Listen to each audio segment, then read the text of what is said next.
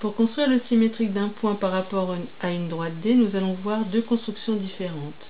Alors pour le symétrique de A, nous allons utiliser l'équerre. On commence par tracer la perpendiculaire à D passant par A, même la demi-droite en fait, c'est pas la peine de dépasser ce côté-là. On va de l'autre côté de l'axe de symétrie. Ensuite, avec le compas, on reporte la longueur de A au point d'intersection de la droite D et de la perpendiculaire que l'on vient de tracer. De l'autre côté, la construction est terminée. On peut mettre le nom du symétrique obtenu, A' par exemple, coder l'angle droit ainsi que les deux longueurs égales. Pour le symétrique de B, nous allons utiliser le compas et le fait que l'axe D est la médiatrice du segment joignant B et son symétrique.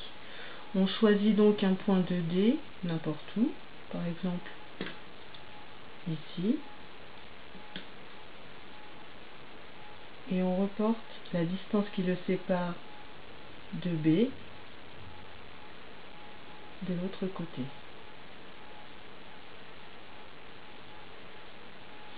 On choisit ensuite un deuxième point un peu éloigné du premier, par exemple à cet endroit-là, et on recommence exactement la même chose.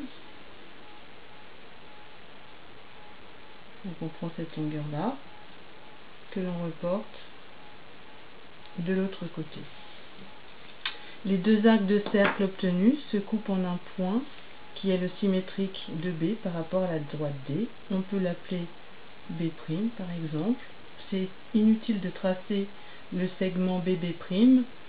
C'est l'un des intérêts de cette construction, c'est d'être clair et propre. Il y a moins de tracés que pour la première. Donc c'est a priori celle-ci qu'il faudrait privilégier lorsque l'on a plusieurs points à tracer.